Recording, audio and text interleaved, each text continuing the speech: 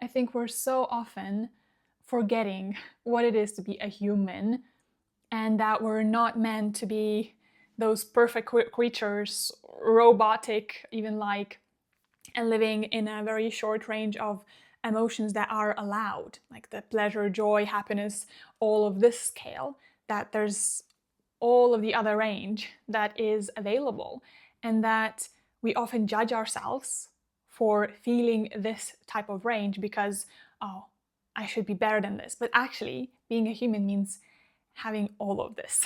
And, I just got out of the shower and this just popped into my mind that I just wanted to pop in real quick and give this reminder because I still catch myself to this very day, even though I've been kind of releasing and expanding into my imperfect self and into my authentic self, that still every time I go on social media, I get bombarded with these perfect life pictures of women clothed in beautiful dresses and just cleaning around the house.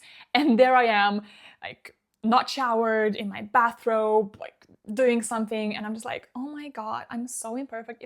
If somebody would see me, that would be so shameful. And I think it puts so much pressure on us and takes away so much joy from life when we are aiming at this short, limited range of what it is like to be a human in the society. And we're missing out on the full range of this because, even pain and even the heaviness can bring a lot of fulfillment when we allow ourselves to feel it, and so much more of deeper connection and intimacy with someone else when we allow ourselves to connect with through our humanness. Because, if we're all kind of putting on these masks of perfect and have it all together, what we are connecting to the mask. So it's two masks connecting with each other, and it's going to be superficial because it's just a mask. It's not who we really are. And that's not to say that now I have to go out into the world and talk about the most cringy, shameful moments of my life thinking that it's going to connect me. No, because it can also do kind of also traumatize and put barriers from connection, because I would not be met with the same level of authenticity and understanding. So if you want to go out into this world from this truly unmasked version of yourself, first you do have to get really comfortable with it within yourself. And it's never one done and done process. It's a constant coming back to our humanness. It's a constant remembering that imperfection is human and we're not meant to be perfect. And there's a deeper layer of that, looking into what makes us think that we have to be perfect. And a lot of times when I'm working with clients or doing my own inner discovery, I find that it's because I want approval. It's because I think approval will get me love.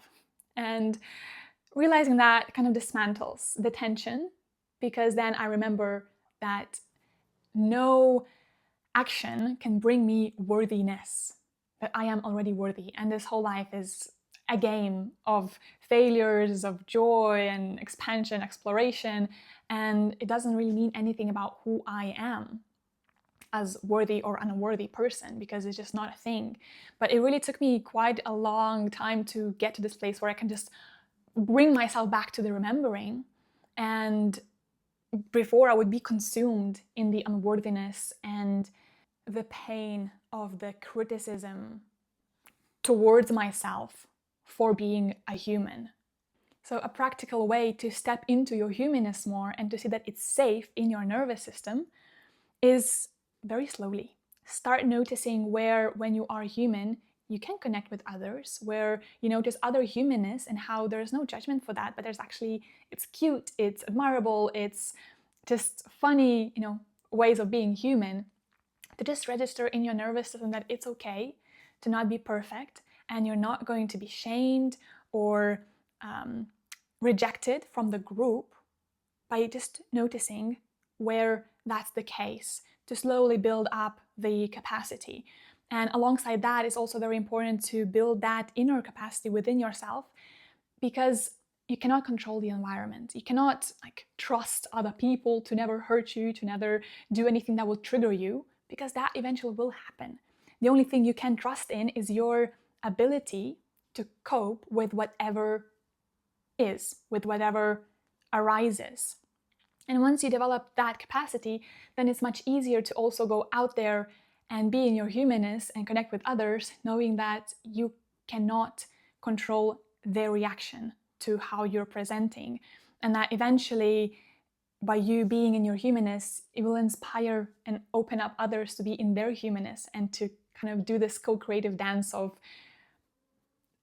connection and being in our fullness of everything that we are. Because really, when we think about peace and fulfillment, what usually gets called as happiness, it's actually that acceptance of all that I am. Because I don't think there will ever be a point where I will perfect myself fully, where I will have no triggers, no wounds, no more realizations.